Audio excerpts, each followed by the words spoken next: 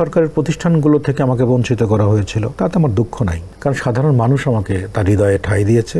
যদি সুস্থ চিন্তা আপনার ভিতরে কাজ করে, যদি নিজের স্বার্থের ঊর্ধ্বে উঠে যদি মানুষের জন্যই কাজ করার লক্ষ্যটা আপনার থাকে, তো রাজনীতি মাঠ তো খারাপ নয়। হরমশের দেখতে দেখি যে শিল্পীদের রাজনীতি করা উচিত নয়, কেন উচিত হবে না? আপনার জন্য উচিত, আমার জন্য উচিত না কেন? রাজনীতি করতে গিয়ে যদি অন্যের সম্পদ নিজে লুটে নিজের করে নিই, এটা খারাপ।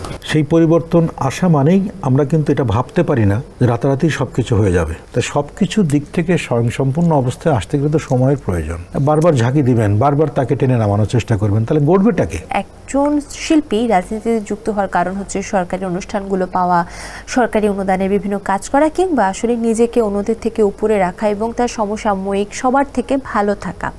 আসলে কি রাজনীতিতে যুক্ত হলে এমনটা হয়, বা শিল্পীদের কি রাজনীতি করা উচিত? কেন উচিত হবে না? শিল্পীকে মানুষ না? নিশ্চয়ই। শিল্পীরা কি জ্ঞানবুদ্ধিহীন না। তারা কি মানুষের ভালোবাসা নিয়ে শিল্পী হয় নাই? তাহলে তার মানুষের জন্য তো কাজ করার জন্য রাজনীতি করবে। আপনি গান করছেন, আপনি ভালো খেলছেন, আপনি ভালো কবিতা আবৃত্তি করছেন, তো মানুষের জন্যই তো সব কিছু। যদি সুস্থ চিন্তা আপনার ভিতরে কাজ করে, যদি নিজের স্বার্থের ঊর্ধ্বে উঠে যদি মানুষের জন্যই কাজ করার লক্ষ্যটা আপনার থাকে, তো রাজনীতি মাঠ তো খারাপ নয়। আপনি খারাপভাবে চিন্তা করলে খারাপ হবে।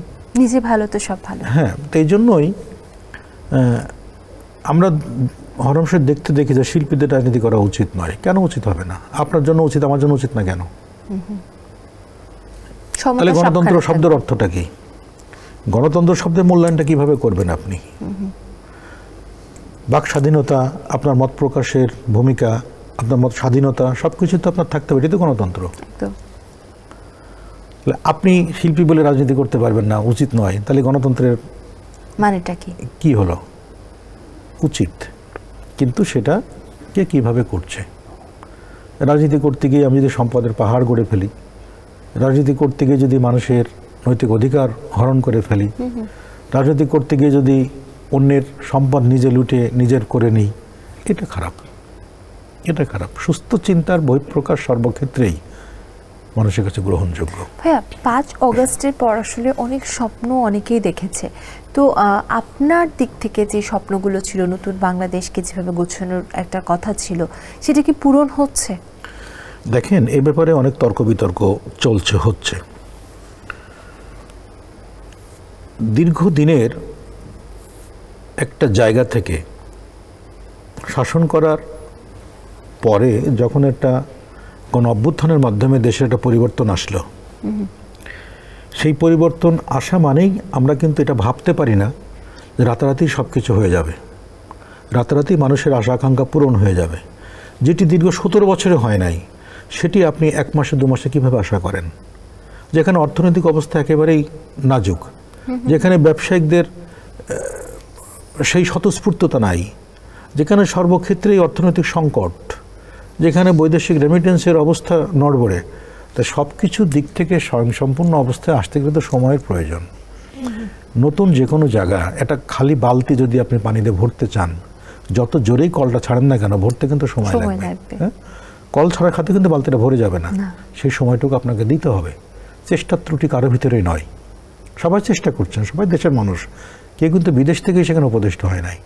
আমার দেশের মানুষেরা এখানে উপদেষ্ট হয়েছেন এবং তারা যথেষ্ট রকমের চেষ্টা করছে দেশটাকে স্বয়ংসম্পূর্ণ পর্যায়ে আশা আকাঙ্ক্ষার জায়গায় মানুষের দ্বার প্রান্তে যাওয়ার। সে চেষ্টার সময় দিতে হবে। আপনি বারবার ঝাঁকি দিবেন, বারবার তাকে টেনে নামানোর চেষ্টা করবেন, তাহলে গড়বেটাকে? একদম। একটু ধৈর্য ধরতে দেন না, একটু ধৈর্য ধরেন। 17 বছর ধৈর্য ধরছেন, আর 2-1 মাস ধৈর্য ধরতে পারবেন না? ভাই, এই গত 16-17 বছরে আপনার জীবনে কোনো পরিবর্তন এসেছে, কিছু হারিয়েছেন বা কোনো আক্ষেপ অভিযোগ? আমি ওই রকম আক্ষেপ অভিযোগ আমার ভিতরে নাই, এই কারণেই আমার তো সাধারণ মানুষের সাথেই চলাফেরা। আমি প্রতিনিয়ত গান করে গেছি।